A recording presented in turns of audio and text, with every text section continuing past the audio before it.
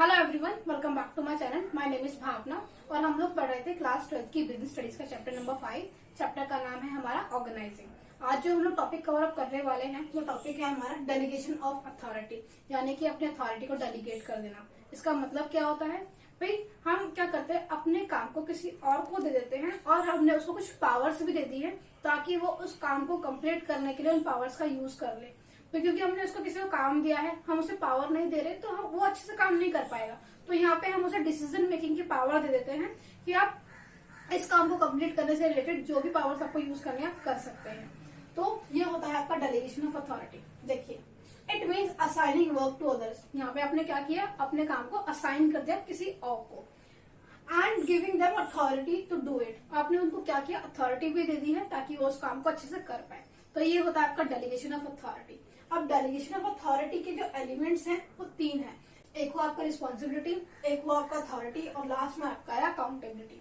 ये 3 आपके एलिमेंट्स होते हैं डेलीगेशन ऑफ अथॉरिटी के। तो चलिए इनको एक एक करके समझना स्टार्ट करते हैं। सबसे पहला है आपका रिस्पॉन्सिबिलिटी। रिस्पॉन्सिबिलिटी का मतलब क्या, भी मेरे सीनियर ने मुझे काम दिया है तो उसके लिए रिस्पॉन्सिबल मैं ही हूँ। ये मेरी ऑब्लिगेशन है कि मैं उस काम को अच्छे से कंप्लीट करूँ। देखिए, it is an obligation of a subordinate to properly perform the assigned duty. ये एक सबॉर्डिनेट की ऑब्लिगेशन बनती है कि वो अपने सुपीरियर का दिया हुआ काम को अच्छे से परफॉर्म करे, उसको पूरा करे।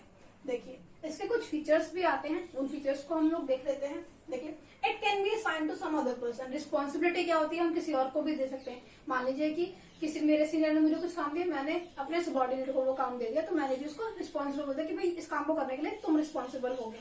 तो मैंने क्या किया, शिफ्ट कर दिया अपने काम को। दूसरा है its essence to be dutiful. इसका जो मेन क्रक्स पॉइंट होता है, यानी मेन एसेंस जो होता है वो होता है अपनी ड्यूटी को परफॉर्म करना अच्छे तरीके से। और लास्ट में आता है it originated because of superior and subordinate relationship. जब तक कि यहाँ पे सुपीरियर एंड सबॉर्डिनेट का रिलेशनशिप ही नहीं होगा तब तक आप रिस्पॉन्सिबल भी नहीं होगे। क्योंकि भाई जब तक मेरा सीनियर ही नहीं होगा तो मेरा सीनियर मुझे काम भी नहीं देगा, और अगर वो मुझे काम नहीं देगा तो मैं रिस्पॉन्सिबल भी नहीं होगी। तो इसीलिए ये ओरिजिनेट कैसे होती है, सुपीरियर एंड सबॉर्डिनेट रिलेशनशिप से। तो आई होप आपको रिस्पॉन्सिबिलिटी वाला पार्ट समझ में आ गया होगा। अब हम लोग बढ़ते हैं हमारे नेक्स्ट पार्ट की तरफ, जो की है अथॉरिटी। अथॉरिटी का मतलब आपका क्या होता है, देखिए, it means power to take decisions. यहाँ पे आपने क्या किया है, पावर्स दे दी है ताकि आप डिसीजन को ले पाओ। अब जो आपकी डिसीजन मेकिंग की पावर है, इसमें क्या आता है कि आपको कौन सा रिसोर्स यूज करना है, नहीं करना है, तो ये आप देख सकते हो।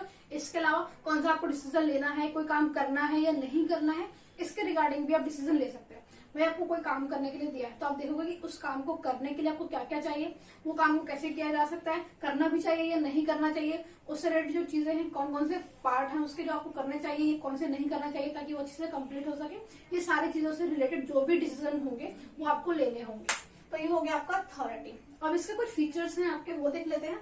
It can be assigned to some other person. Authority भी होती है, हम किसी और को दे सकते हैं। यानी कि मेरे सीनियर ने मुझे कोई अथॉरिटी दी तो मैं क्या करती हूँ, उसको डेलीगेट कर सकती हूँ अपने सबॉर्डिनेट को कि भाई तू इस काम को कर ले।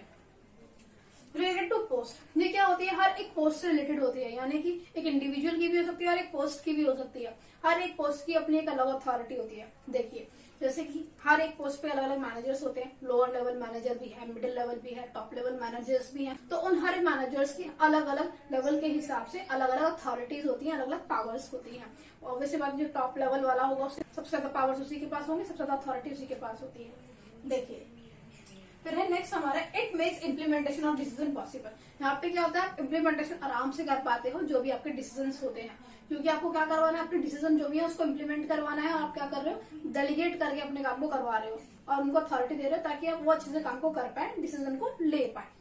और लास्ट में आता है की टू मैनेजरियल जॉब। ये एक मैनेजरियल जॉब के लिए बहुत ही की इंपॉर्टेंट रोल प्ले करता है। कैसे भाई, देखिए, आपने मैनेजर किसी को बना दिया लेकिन वो कोई डिसीजन ही नहीं ले सकता, उसके पास कोई पावर ही नहीं है, तो वो किस बात का मैनेजर रह जाएगा। भाई मैनेजर तो तभी कहलाएगा ना कि हाँ भाई उसके पास कुछ पावर्स भी होंगे, वो कुछ ना कुछ कर रहे, अथॉरिटी है उसके पास में डिसीजन मेकिंग की। तो अगर वही नहीं है तो ऑब्वियसली बात है उसका कोई मैनेजर का रोल भी नहीं रह रहा था, वो सिर्फ नाम का मैनेजर रह जाएगा। तो ये आपका होता है अथॉरिटी पार्ट। और लास्ट में हमारे पास आता है अकाउंटेबिलिटी। अकाउंटेबिलिटी का मतलब ये होता है कि आंसरेबिलिटी, कि यानी कि मेरे सीनियर ने अगर मुझे कुछ काम दिया है तो मैंने वो काम कितना किया, कैसे किया, कहाँ तक मैं पहुंची हूँ, क्या करंट परफॉर्मेंस चल रही है मेरी उस काम के रिगार्डिंग, उसके लिए आंसरेबल मैं ही हूँ। मैं ही जवाब दूंगी कि हाँ भाई ये काम इतना हुआ है, ऐसे हुआ है, हुआ पूरा तो ठीक, नहीं हुआ तो क्यों नहीं हुआ, तो उसके लिए जवाब मुझे ही देना होगा। ये होता है आपका अकाउंटेबिलिटी। देखिए, it means answerability of the subordinate to his superior for his work performance. यानी कि ये क्या है, आंसरेबिलिटी है किसके रिगार्डिंग, तो मुझे सबॉर्डिनेट को आंसर देना पड़ता है अपने सुपीरियर को, जो भी उसको काम दिया गया था उसके रिगार्डिंग, यानी जो भी उसने काम को कंप्लीट किया है उसके रिगार्डिंग उसको बताना पड़ेगा भाई हाँ ये वाला काम मुझे दिया था, मैंने इतना किया है, इतना नहीं किया है, या ये प्रॉब्लम है, जो भी चीजें रहेगी तो उसकी वर्क परफॉर्मेंस यहाँ पे देखी जाती है।